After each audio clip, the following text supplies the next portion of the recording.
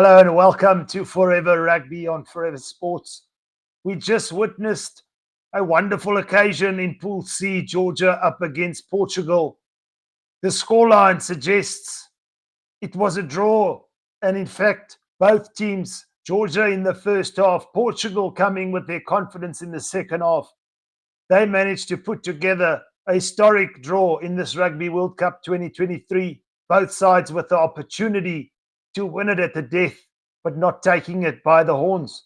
We're going to go through that first half, and for the most part, Portugal looked the part in terms of the historic matches up between the teams. I think Portugal were under the pump defensively, but managed to win the scraps. They didn't have wonderful set pieces to feed off of, but still managed somehow, the bounce of the ball managed to be in their favor. For Georgia, I think the first half, they did lead by 13 points to 5 at halftime, and they would have thought that was enough to set a platform for the second half.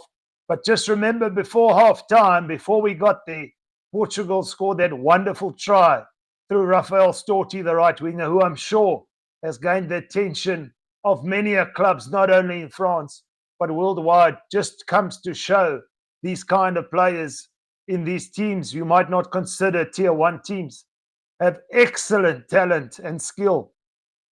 For Georgia, a special mention in that first half, wonderful running meters, kicking meters from the fullback David Niniashvili. So on both sides, there were some exciting backs. Obviously for Georgia, they had their ascendancy in the scrum in the first half.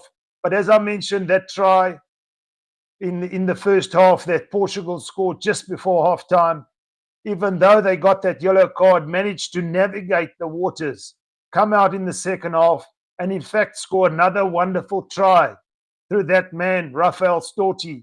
So he scored a brace of tries for Portugal. Georgia, in fact, were leading the game, but at some point it was 13 points to 5 at halftime, 13 points to 8, 13 points to 11. And then Rafael Storti put his stamp by scoring his second try and putting Portugal in the lead at 18 points to 13. Then you felt the momentum, the pendulum swinging in Portugal's favor. And for a large part of that second half, they managed to navigate the waters. Georgia did come on attack, but I think the substitutions off the bench might have favored Portugal a little bit more. They still had the rhythm because they were playing with that pure passion and pride. Towards the end of that second half, with just 2 minutes to play, Georgia then scored a wonderful try through their replacement, Tengizi Zamtaradze. And you felt they had the opportunity then with that conversion on the right-hand touchline, although it was difficult to win the game.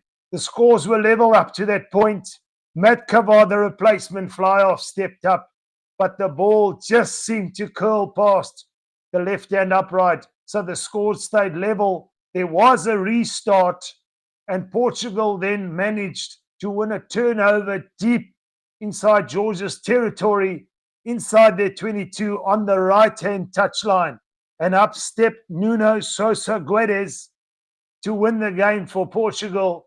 But he too, in fact, pulled the ball wide and the game stayed level. So what a high sense of wild drama in what would have been considered a low-flying game for these two tier 2 nations. But drama at the end there, the scores stayed level at 18 points all. An interesting historic result at this Rugby World Cup. Definitely the first draw of this Rugby World Cup. So for these teams, I think a sense of it could have been if we just got that kick over. For now, turn your focus to the Springbok game coming up. Stevie P will be live for the watch along. Forever Sports will be live at Dros Kyalami. The crew will be there taking the fan cam reactions as well as all sorts of analysis. It's an exciting weekend. It's still Rugby 2023 World Cup in France. Until next time,